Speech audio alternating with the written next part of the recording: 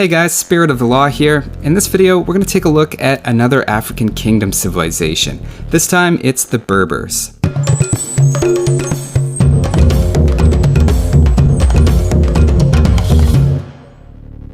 They have some versatile cavalry with a top-tier night rush, a couple of options for camels, and even a cavalry version of the skirmisher. They're especially good team players with both a team unit and a unique tech that benefits all of your allies. The Berbers are basically the rich kid everybody invites to their birthday because they give you a good present. Let's check them out.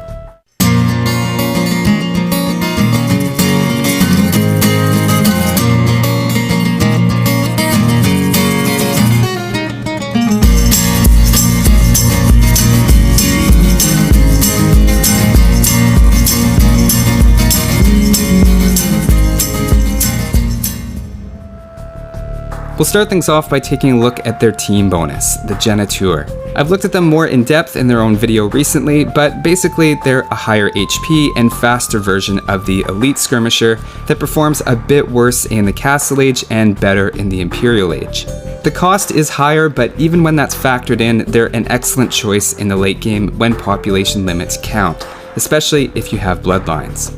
A lot of allies also have some interesting bonuses for them, with the Aztecs, Huns, Mongols, Saracens, Vietnamese, and Turks being the most notable.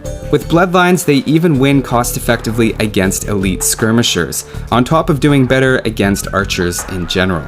The main downside is their longer list of counters, so you'll want to keep them protected with other units in front.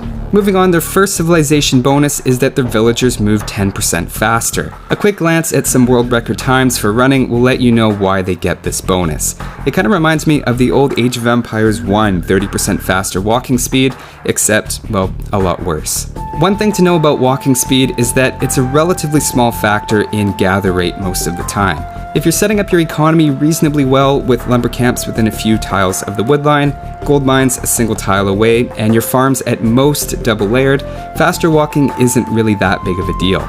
You maybe see a few percentage increase in collection with farms benefiting the most, though in this case it's mostly because they were doubled up. In another video, I found the effect was a lot smaller for farms immediately around the town center. Basically, as an economy bonus, it just isn't overwhelming. In terms of saving your units though, it has some pretty profound implications, making them nearly uncatchable by the militia line and much better at running away from ranged units. Even wolves will get fewer attacks on them, and you can run a boar about twice as far on the map. I'd say the real economic impact of the bonus is the odd villager that it'll save you. Their most significant bonus is up next, and it's their stable units costing 15% less in Castle Age and 20% less in Imperial. When you're rushing and scraping for resources, saving 20 for each night adds up fast, and means you're just that much more likely to be able to keep constant production or afford upgrades. To put it in perspective, with 2 stables constantly making knights, it's roughly equivalent to having 4 extra invisible villagers. I would actually consider this to be their major economy bonus, assuming you're playing them conventionally and going for cavalry. Just to crunch the numbers, 15% less means 18% more units for the same resources, which, if you factor in Lanchester's square law, means you're actually getting a 38% advantage. The fact this bonus gets even better in Imperial Age is worth noting as well, and means heavily discounted Cavaliers, Heavy Camels, and Hussars, all with bloodlines and full upgrades if you decide to use them. On days you just want to steamroll a town with light cavalry or need to back up your flanks with knights, this bonus has you covered.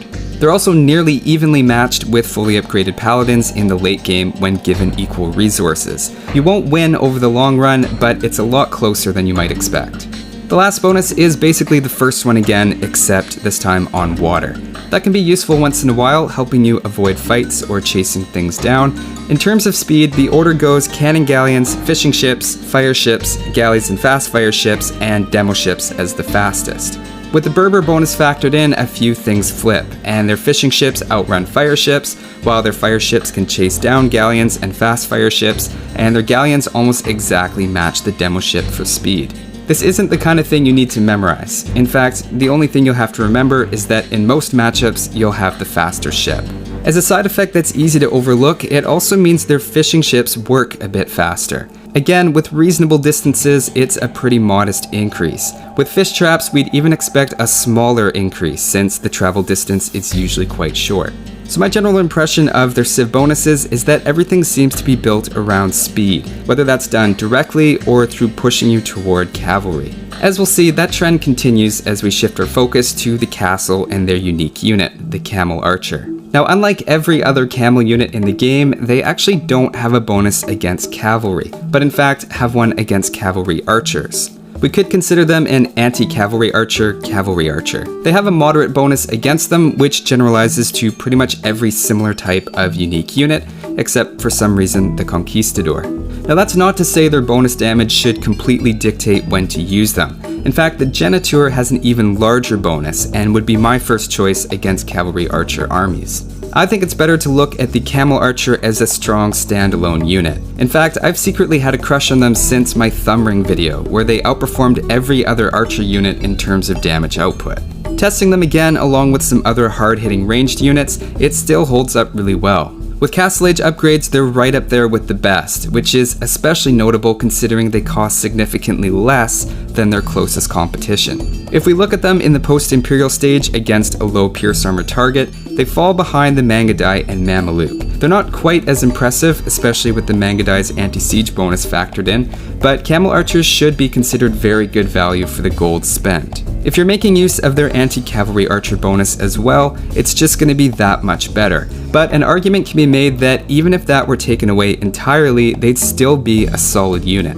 That's also comparing them to some of the best unique units. If we compare them to the other Berber options, it's by far the hardest hitting of their mounted archers. Now, putting their high damage output aside, they're notable for also being able to take quite a bit. One thing you normally have to watch out for with cavalry archer unique units is how much bonus damage they take. There's normally significant damage from skirmishers, camels, and especially pikes. Camel archers take some of that, but it's nowhere near the same level. In fact, as a general rule, it's roughly half as much across the board. That makes them not only one of the hardest hitting cavalry archers, but also the most likely to survive against the normal counter units. A few other miscellaneous things to note are that they're quite fast and even outpace quite a few other cavalry units. The fact they're camels also has the interesting implication of 5 bonus damage against buildings if they have an Indian ally, though it doesn't work against castles and basically stops working against all buildings once the enemy has masonry.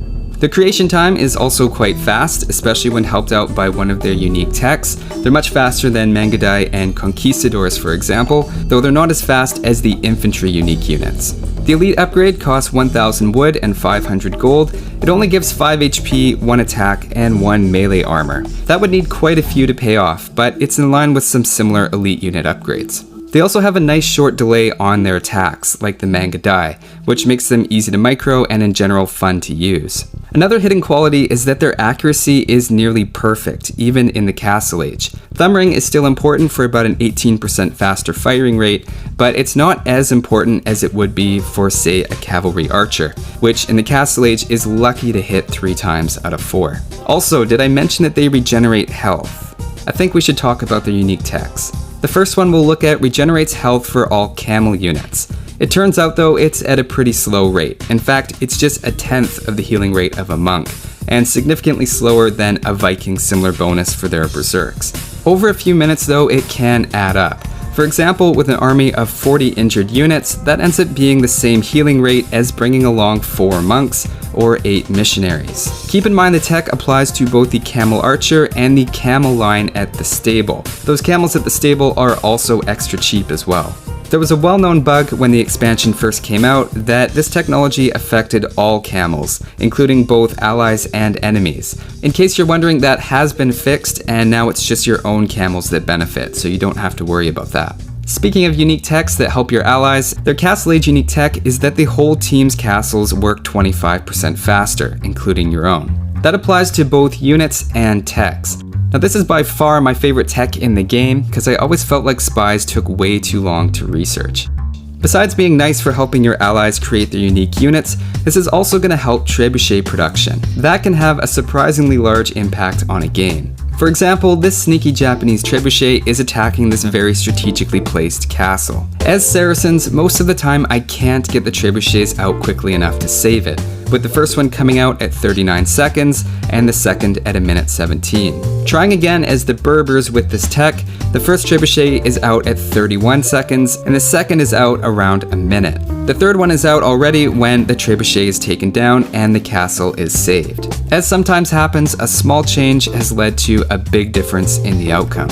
So that's the Berber unique units and techs. I was really impressed with how the Camel Archer performed, and I think it's quietly become one of the best ranged unique units. The Genitour steals a bit of the spotlight, and the stats don't jump out at you, so I feel like it's gone a bit under the radar. The emphasis on camels while also leaving you regular cavalry as an option makes them a good fit for people who are maybe camel curious, but not quite ready to take the plunge in the way you have to be with Saracens or Indians. So now let's quickly check out their tech tree, starting with the archers. In the late game, they're missing Arbalest and Parthian tactics, which makes the heavy cavalry archer a bit of a false friend. They're also not cavalry enough to get the discount bonus, and provided you have a castle, the camel archer is the better choice for that role. The lack of the Arbalest is a bit unfortunate, as well as the lack of an early game bonus for the archer rush. The hand cannoneer is nice, and you'll be relying on it regularly to counter your enemy's halberdiers.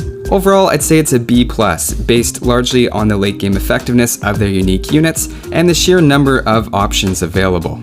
Next up is the infantry. With no infantry bonuses, they only get generic champions and are missing the halberdier entirely. For some people, that might be the push they need to go for camels, but more likely they were taken away because it would make them too strong in trash fights, considering they already have the Genitour and cheap hussars. Overall for infantry, I'd have to go with a C. They'll mostly be used just to have something to put in front of your ranged units and won't be dazzling on their own. Now let's take a look at their cavalry. The cheaper cavalry bonus automatically bumps them a lot, since it affects light cavalry, knights, and camels. The fact that camels regenerate HP also makes them a very intriguing option. There's no way I can give them an A+ without Paladin, so I'm gonna give them an A, even though for the classic Castle Age Night Rush, they're probably number 1 in the expansions. Next up is Siege. I really like to see the Bombard Cannon and the Siege Engineers. It feels like a solid B+ for me, since they have the essentials, but no real bonus. Faster castles are great for making extra trebuchets, though I tend not to make a ton of siege as Berbers just because they slow down my army too much. Now let's take a look at the Navy. It hurts the late game not having shipwright, but to be fair, you have access to everything else, including heated shot. The extra speed bonus is interesting since it lets you avoid unfavorable fights, but at the end of the day, being good at running away doesn't make you top tier. The lack of a strong early wood bonus and shipwright in the late game make them feel like a B overall. They'll do alright for themselves, but compared to other naval civilizations, they kinda get blown out of the water. Taking a quick look at the monks, missing the extra HP is a little rough, and block printing is normally a pretty useful one to get as well. Redemption is a necessity and it's there, along with illumination. I'm gonna give them a B for monks. A gold bonus would do a lot to help them out here, but they are respectable. Moving on to defenses, the university is missing a few important late game techs like architecture, keep, and bombard tower. I like the idea of the Genitour, hand cannoneer, and camel line as defensive counter units, though it's unfortunate they don't have the halberdier. Considering the missing university techs, I'd have to give them a B- for defenses. Now let's take a look at the economy. We can sort of consider the extra walking rate to be a bonus here. The cheaper stable units certainly gives them the appearance of an incredibly strong economy during night rushes, which is definitely a strategy to consider. The only economic upgrade missing is two-man saw, which is only a 10% boost at a time in the game when wood usually isn't a big issue. Overall, I'd give them a B for economy unless you're going for a night rush, in which case it's an A+. With knights, it's basically the Slav and Turk economy bonuses rolled into one, which is hard to overstate. So just to wrap up with a few gameplay thoughts, first of all, considering that as a whole, Age of Empires players are probably most comfortable with the fast castle night rush strategy, Berbers are going to be a civilization that a lot of people will find they can use quite well the first time. That cavalry strength continues throughout the game, right up to the point you'd normally be making paladins, and your late game rating potential will usually rely on discounted cavaliers, hussars, and camels instead. Now, people who play the base game primarily are often in the habit of avoiding camels as the bulk of their army, but it's important to be open-minded about using them more in the expansions, where they take a fraction of the bonus damage they used to from defensive buildings. The Genitour can also be useful for raiding, though it's not quite as good at that because of its low attack. I see it as a stronger version of the skirmisher against archers, but much weaker against pikemen unless you're investing a lot of attention into micro. Either way, it never hurts to have the extra option, and even if you don't use them, odds are at least one of your allies will in every game. Speaking of team games, I find they generally play best online as the pocket player, with easily a top 3 Night Rush and still one of the best stables in early Imperial Age. They also have a knack of easily handling some of the traditional power civilizations, like the Huns, Franks, and Mongols, which in itself can also be a big asset to the team. But those are my thoughts. I'd be happy to hear your experience with them as well. Thanks for watching, guys.